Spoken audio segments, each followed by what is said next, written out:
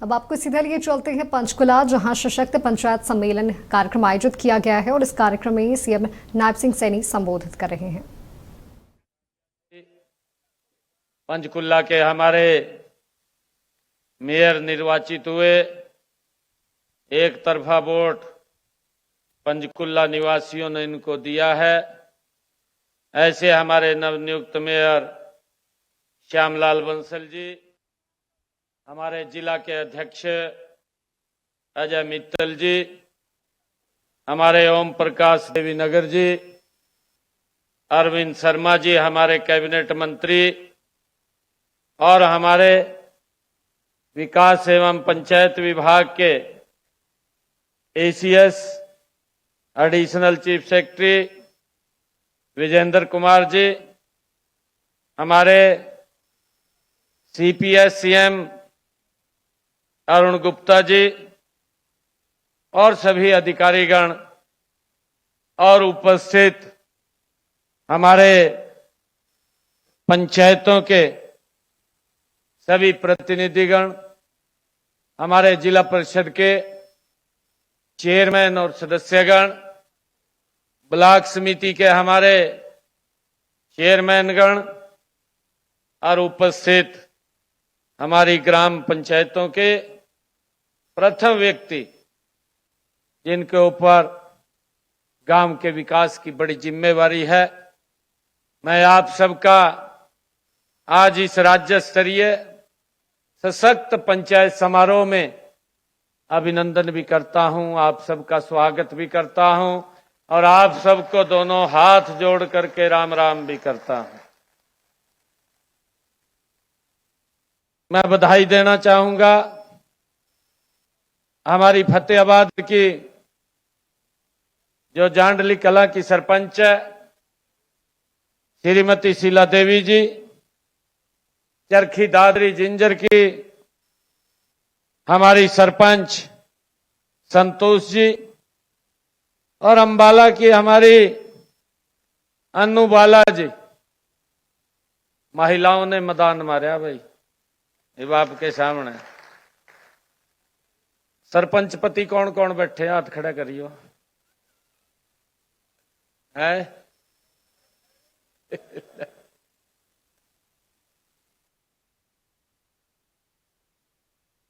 देखिए,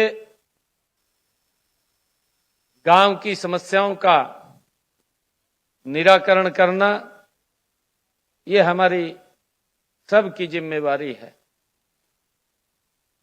जो मंच के ऊपर बैठे हैं उनकी भी, मंच के सामने बैठे हैं उनकी भी, की ज्वाइंट जिम्मेवारी है कि समस्याएं, कई बार तो ये सोचते हैं कि सरकार से पैसा आएगा, बहुत सारे ऐसे काम होते हैं जो बिना पैसे के भी आप लोगों को लाभ दे सकते हैं, उस काम को कर सकते हैं। हमने इस तरफ साथियों बढ़ना चाहिए। आज आप लोगों को यहां पर इसलिए आमंत्रित किया गया है क्योंकि हमने पिछले दिनों कुछ बातें आपसे कही थी। अभी जब मैंने पिछले दिनों अधिकारियों को सरपंच पंचायत दिवस के अवसर पर सम्मेलन बुलाने के लिए कहा, जो मिडिल ईस्ट की समस्या थी, उस दौरान आदरणीय प्रधानमंत्री जी ने एक देश के लोगों को आह्वान किया था कि हमें खर्चों को कम करना चाहिए। खर्चों को कम करेंगे तो हम इस समस्या से भी बाहर निकलेंगे, यह आह्वान किया था। साथियों, हम सब जानते हैं कोरोना काल का जब कालखंड था, उस समय में स्थिति बड़ी भयानक थी और यह समस्या वैश्विक थी, कोई ये भारत की समस्या नहीं थी, क्योंकि ना हमारे पास वैक्सीन थी, ना कोई दवाई थी जिससे इसका इलाज हो सके। लोगों में एक बड़ा भय का वातावरण था, परंतु देश के यशस्वी प्रधानमंत्री आदरणीय नरेंद्र मोदी जी का भारत के लोगों के साथ कंधे से कंधा मिलाकर के साथियों सहयोग था।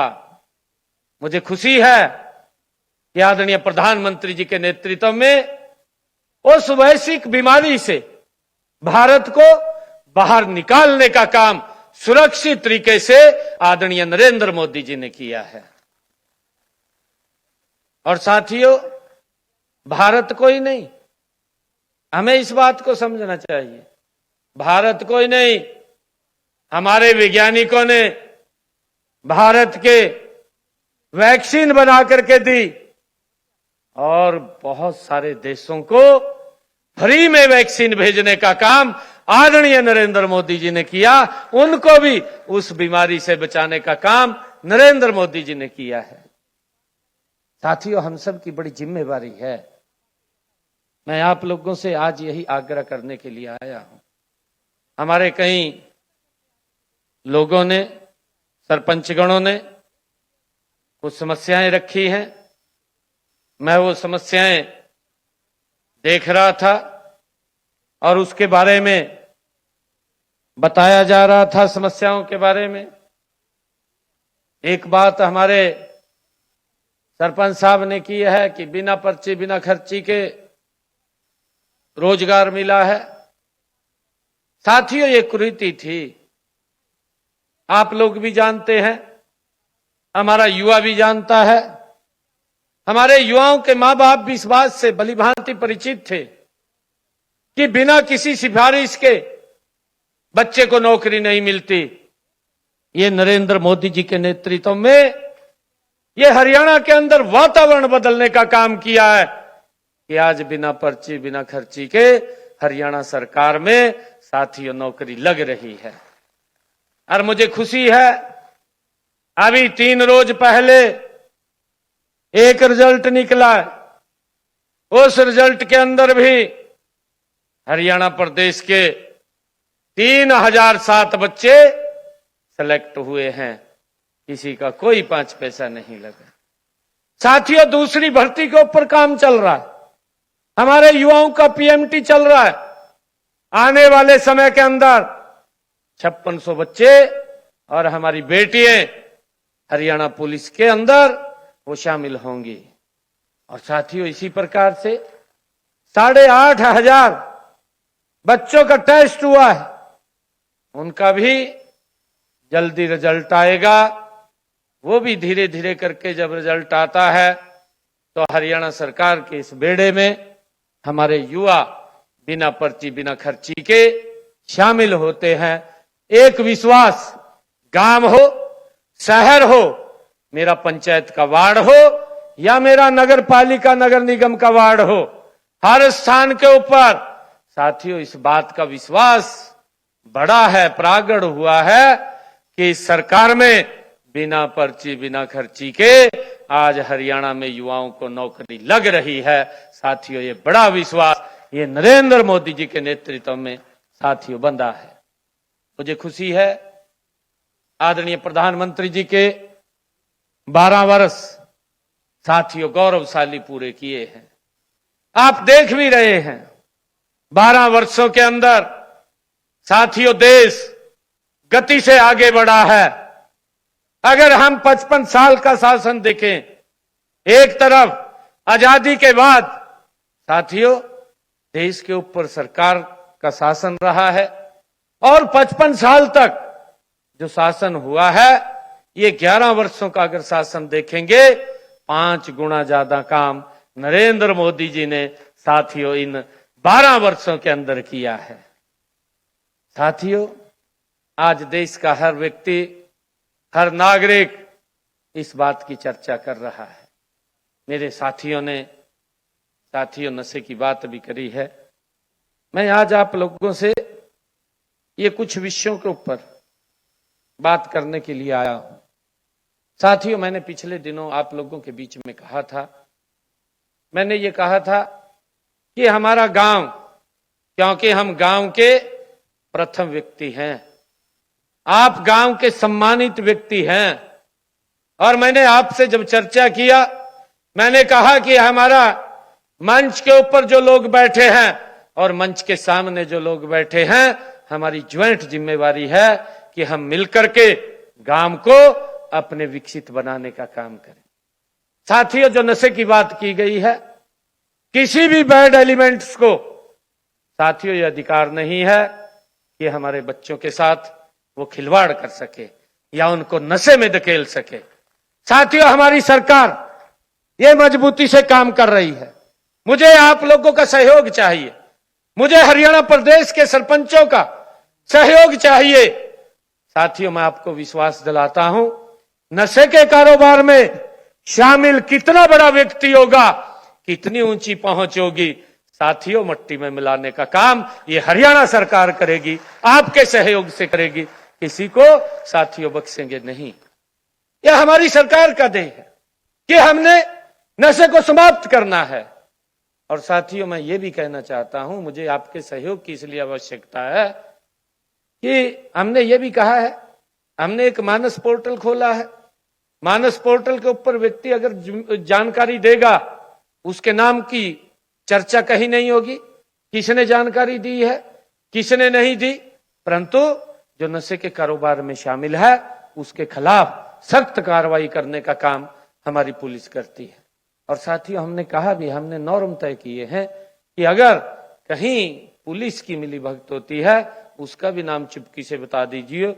वही जैसे हालात उसका हम करते हैं, जो नशे में बेचने वाला काम करता है, वही हालात उस व्यक्ति के भी हो जाएंगे, जो व्यक्ति उसके अंदर उसको संरक्षण देने का काम कर रहा है। हम किसी को बख्शने वाले नहीं हैं साथियों, किसी को बख्शने वाले नहीं, क्योंकि हमने अपनी पीढ़ी को बचाना है और उसको लेकर के हम विभिन्न काम भी कार्य भी कर रहे हैं।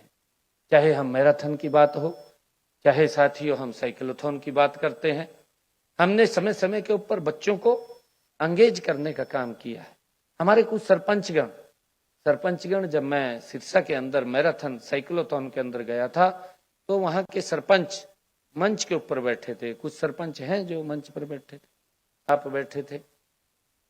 साथियों, वहां पर उन्होंने संकल्प लिया था कि मेरे गांव के अंदर एक भी व्यक्ति ना नशे में शामिल होगा और ना कोई बेचने का वहां प्रयास कर सकेगा। साथियों, डायरेक्ट हम और आप मिलकर के गांव का वातावरण साथियों शुद्ध और ये पोल्यूशन मुक्त करने का काम हम लोग कर सकते हैं। मेरा आग्रह है आप लोगों से, मैंने कहा था कि मुझे आपके सहयोग की आवश्यकता है। देखिए, राजनीति 5 साल के बाद करनी होती है। 5 साल के बाद करिए ना राजनीति, कोई रोकता है क्या? 1 मिनट कोई बताएगा मेरे को? राजनीति के लिए कोई नहीं रोकता। राजनीति करिए, 5 साल के बाद करिए। 5 साल तक हमने अपने गांव को साथियों विकसित ग्राम बनाना है, इसके लिए काम करना है। और यही मैं आप लोगों से आज अपील करने के लिए आया हूं। विकसित ग्राम की क्या पहचान है? विकसित ग्राम की पहचान है, मेरे गांव में कोई युवा साथियों नशे के अंदर शामिल ना हो। मेरे ग्राम के अंदर हर घर में पानी जाए, स्वच्छ जल जाए, इसकी व्यवस्था हमने साथियों करनी। अगर कोई दिक्कत है तो हमें बताइए, उसका समाधान होगा। मेरे गांव के अंदर कोई किसान पराली ना जलाए, इसकी चिंता हमने करनी है। हम उनको सहयोग दे रहे हैं।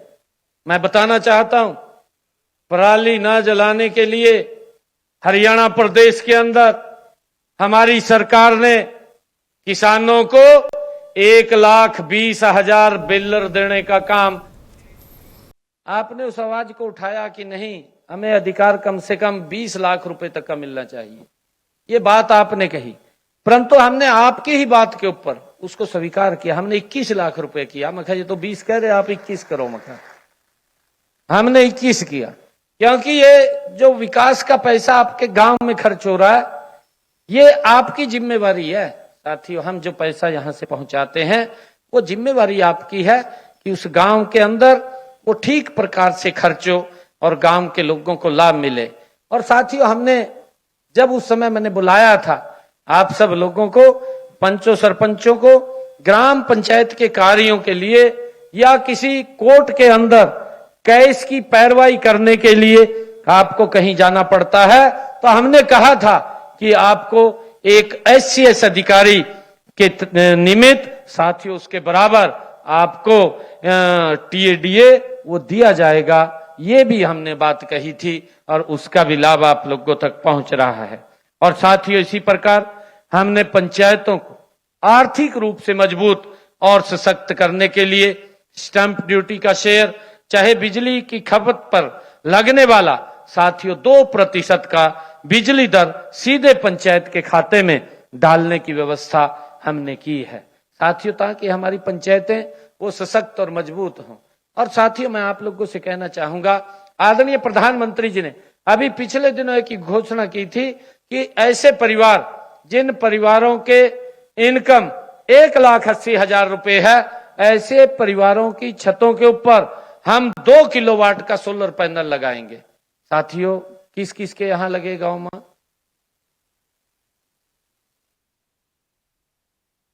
क्या बात भाई, अच्छा है, परंतु कम लोगों ने उठाए ना हाथ है।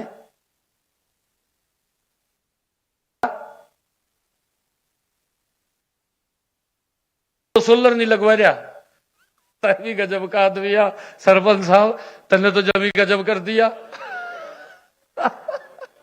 सरपंच साहब।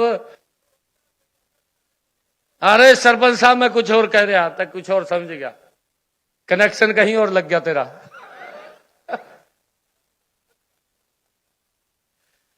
मैंने ये कहा है सरपंच साहब भी 2 किलोवाट का सोलर पैनल जिन परिवारों की इनकम 1,80,000 रुपए है, आप लोगों को पता है, उनकी छत के ऊपर 2 किलो का सोलर पैनल लगा रहे हैं ताकि उसका बिजली का बिल 0 हो जाए, उसका बिल ही ना आए। आप कह रहे बिल 35,000 रह गया है?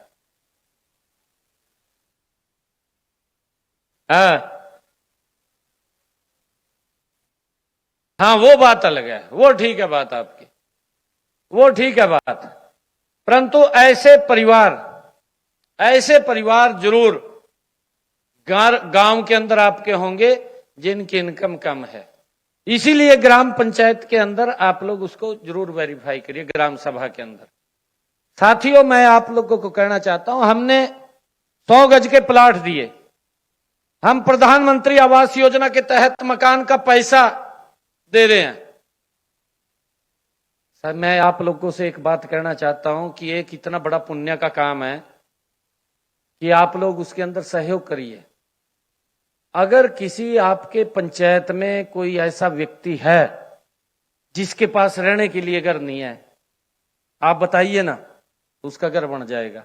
आप बताइए, ग्राम पंचायत के अंदर आप निकालिए ना, ग्राम सभा के अंदर बैठ करके रेजुलेशन पा दीजिए, भाई इस व्यक्ति को मकान की आवश्यकता है। हो जाता है कई बार, ये देखना हमारी जिम्मेवारी है। प्रधानमंत्री जी का जो ध्येय है, एक भी सर ऐसा ना रहे जिस सर के ऊपर छत ना हो। साथियों उसको मकान बना करके देने की जिम्मेवारी हमारी सरकार की है। 1,60,000 मकान बना करके दे दिए, 1,60,000। साथियों अभी मैं पिछले दिनों सोनीपत में गया, वहां पर 500 ऐसे परिवार चिन्हित करे जिनके पास ना तो मकान बनाने के लिए जगह, ना उनके पास मकान। ऐसे 500 परिवारों को हमने फ्लैट देने का काम किया। साथियों फ्लैट दिए हैं सोनीपत के अंदर। हमारे राव नरवीर जी बैठे हैं, इनकी विधानसभा में कार्यक्रम किया। ऐसे परिवार गुरुग्राम के अंदर कल्पना भी नहीं कर सकता, जिसके पास रहने के लिए मकान नहीं, जिसके पास जमीन भी नहीं है, ऐसे 2700 परिवारों को चिन्हित करके फ्लैट देने का काम इनकी विधानसभा में किया। बड़ा कार्यक्रम किया। साथियों गति से काम कर रही है सरकार, परंतु हमें भी थोड़ा अब अपनी गति को बढ़ाना पड़ेगा। मैं सरपंचों से कहना चाहूंगा कि आप गांव के